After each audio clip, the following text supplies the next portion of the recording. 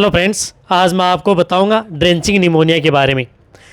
Drenching pneumonia क्या होता है, इसके क्या लक्षण है, क्या कारण, क्या इलाज करना चाहिए, परफेक्ट सही और ट्रीटमेंट बताऊंगा कि इस तरह से यदि आप ट्रीटमेंट करके आप अपने पशुओं को बचा सकते हैं। क्योंकि ड्रेंचिंग निमोनिया से भी पशुओं की बहुत ज़्यादा मौत होती है और ये पशुओं के लिए सबसे ज़्यादा खतरनाक भी होता है।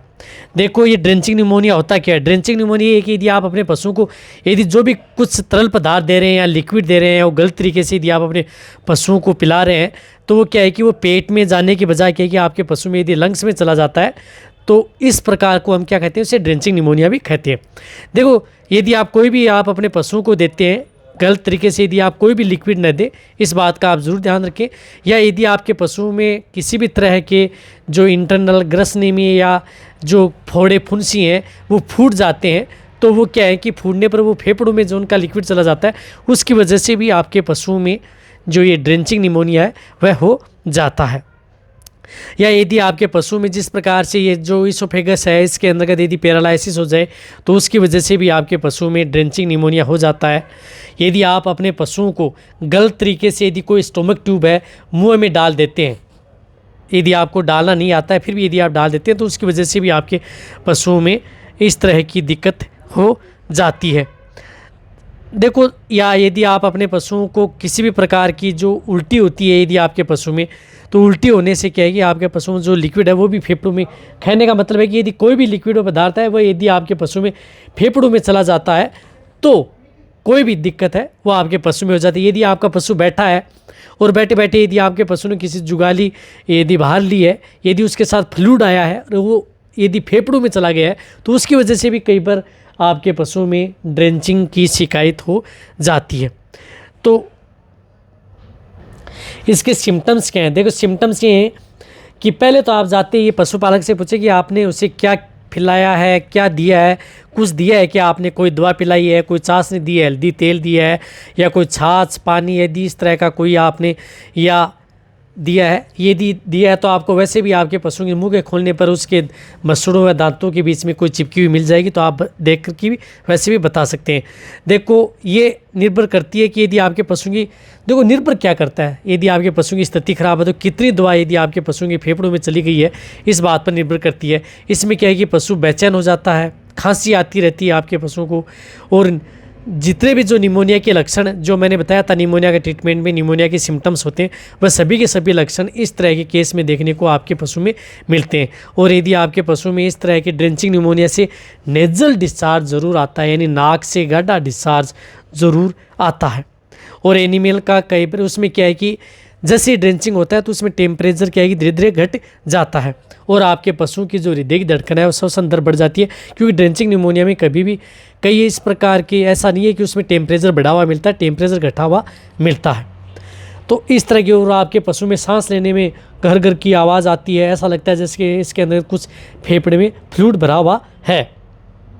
जब भी यदि क्या ट्रीटमेंट करना चाहिए यदि आपके पशु में इस प्रकार की दिक्कत हो जाती है, जो आपको मेरी टेबल के ऊपर दिख रहा है इस तरह का ट्रीटमेंट उस पशु में किया जाता है। तो इसमें सबसे ज़्यादा रोल होता है इसमें जो एंटीबायोटिक, अच्छी एंटीबायोटिक दें। यदि आपके पशु में ड्रेंचिंग हो गई है तो अच्छी एंटीबायोटिक के तौर पर आप इसके अंदर का जो सेफ्टीफर सोडियम है, जिस प्रकार से एक्सटर्नल इंजेक्शन है, ये उस पशु को ज़रूर 1 ग्राम इंट्रामस्कुलर ये इंजेक्शन ज़रूर लगाएं। यदि सपोज करो यदि आप ट्रीटमेंट करने के लिए जा रहे हैं, यदि आपके पास एक्सटर्नल नहीं है तो आप ऑक्सीटेट्रासाइक्लिन का भी प्रयोग कर सकते हैं, ये भी बहुत अच्छी है यदि उपलब्ध नहीं है तो। लेकिन इसकी डोज क्या है कि दुगुनी आपको देनी पड़ेगी उस स्थिति के दौरान। ऐसा नहीं है कि आपको 20 ml से काम चल जाएगा, वो उसकी स्थिति को देखते हुए इसकी डोज बढ़ाई जा सकती है। 50 ml तक भी ड्रेंचिंग निमोनिया है उसमें इस तरह की डोज ऑक्सीटेट्रासाइक्लिन की दी जा सकती है यदि आपका पशु प्रेग्नेंट नहीं है तो, यदि इस प्रकार की दिक्कत है तो। लेकिन जो ये डोज एंटीबायोटिक जितने भी इंजेक्शन है पशु चिकित्सक के द्वारा ही आप लगवाने हैं, लेकिन एक्सटर्नल आपको लगाना है। साथ साथ इसके अंतर्गत जो टाइलोसिन इंजेक्शन है, जिस प्रकार से टाइसिन एविट इंडिया का टाइलोसिन इंजेक्शन आप उस पशु को ज़रूर लगवाएं यदि आपके पशु में यदि ड्रेंचिंग हो जाता है, क्योंकि ये भी आपके पशु की जो इम्यूनिटी है उसकी ग्रोथ करता है। यदि आपके पशु में जिस प्रकार से सांस लेने में दिक्कत आ रही है या इंटरनल इन्फ्लामेशन है तो जो टाइलोसिन है ये 20 ml इंट्रामस्कुलर उस पशु को ज़रूर लगवाएं। और साथ साथ आप इसके अंदर इंजेक्शन जिस प्रकार से यदि आपके पशु में इंटरनल किसी भी प्रकार की सूजन न हो, फेफड़ों में सूजन ना आए, तो इस प्रकार की दिक्कत हो, इन्फ्लामेशन ना हो, यदि आपका पशु धांस रहा है तो उसकी वजह से, तो आप टोल्फेनामिक एसिड जिस प्रकार से मेक्सटोल इंजेक्शन है इसका भी प्रयोग आप अपने पशु में करवा सकते हैं। 20 ml इंट्रामस्कुलर व इंट्राविनस किसी भी रूट से आप ये इंजेक्शन उस पशु को लगवा सकते हैं। यदि आपके पास टोल्फेनामिक एसिड नहीं है ये तो आप इसकी जगह फ्लुनिक्सिन मेग्लोमाइन साल्ट का जो इंजेक्शन आता है, जिस प्रकार से मेग्लोडाइन आता है, इस इंजेक्शन का भी प्रयोग आप अपने पशु में करा सकते हैं। 20 ml इंट्रामस्कुलर या इंट्राविनस। जो इंट्राविनस वाले जो इंजेक्शन है वो यदि आप आई भी लगाएंगे तो बहुत ही अच्छा रिजल्ट मिलेगा। जिस प्रकार से मेग्लोडाइन यदि आप आई भी देंगे तो उसमें यदि ये न मिले तो आप ये इंजेक्शन भी उस पशु को लगा सकते हैं। साथ साथ देखो यदि किसी भी तरह का यदि निमोनिया है तो उसके अंतर्गत कोर्टिकोस्टेरॉइड इंजेक्शन लगाना बहुत ज़्यादा ज़रूरी है। तो कोर्टिकोस्टेरॉइड में यदि आपका पशु प्रेग्नेंट है, गाभिन है, तो आपको आइसोफ्लूड जिसके अंदर साल्ट हो, आइसोफ्लूपेरिडोन, वैसे आइसोफ्लूड के बारे में डिटेल से वीडियो बनी हुई है, जाके देख सकते हैं। वैसे सभी जो इंजेक्शन है इन सभी के बारे में मेरे चैनल पर डिटेल से वीडियो बनी हुई है, वो भी आप जा करके देख सकते हैं। तो आइसोफ्लूड भी आप 10 ml इंट्रामस्कुलर लगा सकते हैं। यदि आपके पास आइसोफ्लूड नहीं है तो आप प्रेडनिसोलोन भी आप लगवा सकते हैं। लेकिन प्रेडनिसोलोन यदि आपका पशु गाभिन है, प्रेग्नेंट है, तो आप इसका प्रयोग न करें। इस बात का आपको ज़रूर ध्यान रखना है। तो इसलिए आप बेटर ये है कि आप आइसोफ्लूड इंजेक्शन उस पशु को लगाएं। साथ साथ क्या होता है, इसके अंदर फ्लूइड भरा रहता है, फेफड़ों में पानी चला जाता है, तो इसके लिए आप जो फ्यूसिमाइड साल्ट का जो इंजेक्शन आता है, जिस प्रकार से रिमोट वेट इंजेक्शन है, ये इंजेक्शन उस पशु को 10 ml इंट्रामस्कुलर आप ज़रूर लगवाएं या इंट्राविनस, दोनों रूट से कोई सा भी हो, आप उस पशु को ये इंजेक्शन भी ज़रूर लगवाएं यदि आपको अच्छा रिजल्ट यदि लेना है तो। देखो जो ये मैंने इंजेक्शन बताए हैं, ये इंजेक्शन उस पशु का करना है, एक दिन ट्रीटमेंट करना है। यदि स्थिति खराब है तो सबसे बेस्ट ट्रीटमेंट है। फिर दूसरे दिन भी आप ट्रीटमेंट करना है, दूसरे दिन भी यही डोज लगानी है, तीसरे दिन भी आप इसकी डोज लगा सकते हैं। साथ साथ आप मल्टीविटामिन इंजेक्शन भी दे सकते हैं कि यदि आपका पशु जिस प्रकार से खाना पीना करने में बहुत दिक्कत है, करा नहीं जाता है, तो इसमें आप ट्राइब्यूवेट का भी प्रयोग कर सकते हैं। 15 ml इंट्राविनस नस में आप उस पशु को ट्राइब्यूवेट भी लगा सकते हैं ताकि आपके पशु में एनर्जी बनी रहे। अच्छा रिजल्ट भी आपको साथ में देखने को मिलेगा यदि आप इन्हें एंटीबायोटिक के साथ में, ताकि आपका पशु किसी भी तरह से स्ट्रेस में न जाए, रो फीड में न जाए। तो इसका भी प्रयोग आप अपने पशु में करवा सकते हैं। इस तरह से यदि आप ये ट्रीटमेंट करेंगे तो 1 से दिन, 2 दिन, 3 दिन, यदि एक दिन में यदि ठीक नहीं होता है तो दूसरे और तीसरे दिन भी आपको ये ट्रीटमेंट आप अपने पशुओं पर ज़रूर करवाएं यदि आपको अच्छा रिजल्ट लेना है तो। अब देखो यदि ड्रेंचिंग से आप अपने पशु को कैसे बचा सकते हैं।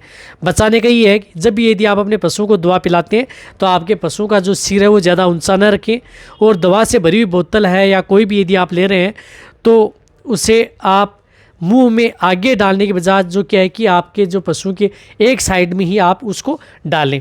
और जब यदि आप अपने पशु को कुछ इस तरह की जो लिक्विड पाउडर यदि दे रहे हैं तो आप जीभ को पकड़कर ज़्यादा बाहर ना निकालें। हालांकि जो लिक्विड दे रहे हैं उस समय नहीं, और यदि आप जिस प्रकार से बोलस व दे रहे हैं तो आप पकड़ करके छोड़ सकते हैं, वो आपकी स्थिति है। लेकिन जिनको देना आता है वो इस तरह से यदि सावधानी रखेंगे, और जब भी यदि आप जो लिक्विड व दवा का घोल यदि आप पशु को पिलाते हैं तो एक साथ मुंह के अंदर डालें, धीरे धीरे आप उसमें पशु के मुंह के अंदर डालें। ये सावधानी आपको ज़रूर रखनी है।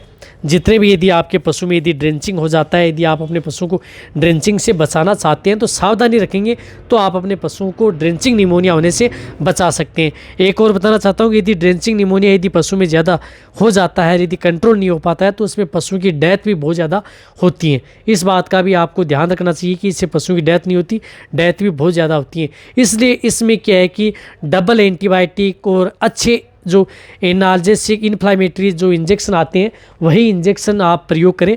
लेकिन ये देखें कि इसकी स्थिति कैसी है ड्रेंचिंग। यदि ज़्यादा ख़राब स्थिति है तो जो मैंने ये ट्रीटमेंट बताया ये स्टैंडर्ड ट्रीटमेंट है, ये स्टैंडर्ड ट्रीटमेंट आप अपने पशुओं का करवा सकते हैं। यदि आपको ड्रेंचिंग निमोनिया पर यदि मेरी वीडियो अच्छी लगी है तो नीचे जाके आप कमेंट में लिखिए। मेरी वीडियो को आप अपने दोस्तों के साथ, पशुपालकों के साथ और मेरे जितने वेटरनरी स्टूडेंट हैं उनके साथ आप आज वीडियो को जितना हो सकता है आप शेयर करें। मेरी वीडियो को आप लाइक करें, आपके एक लाइक से मेरे को मोटिवेशन मिलता है और मैं आपके लिए अच्छी से अच्छी नॉलेजेबल वीडियो आपके लिए हर समय ऐसे लाता रहूँगा। यदि आपने अभी भी इस चैनल को यदि सब्सक्राइब नहीं किया है तो सब्सक्राइब कर लें, सब्सक्राइब करेंगे तो आपको इस चैनल पर बहुत ही अच्छी और आने वाले समय में इस तरह की वीडियो ऐसी मिलती रहेंगी। इसी तरह से आप मेरी वीडियो देखते रहें, इसी तरह से आप मेरे को प्यार देते रहें। थैंक्स, धन्यवाद।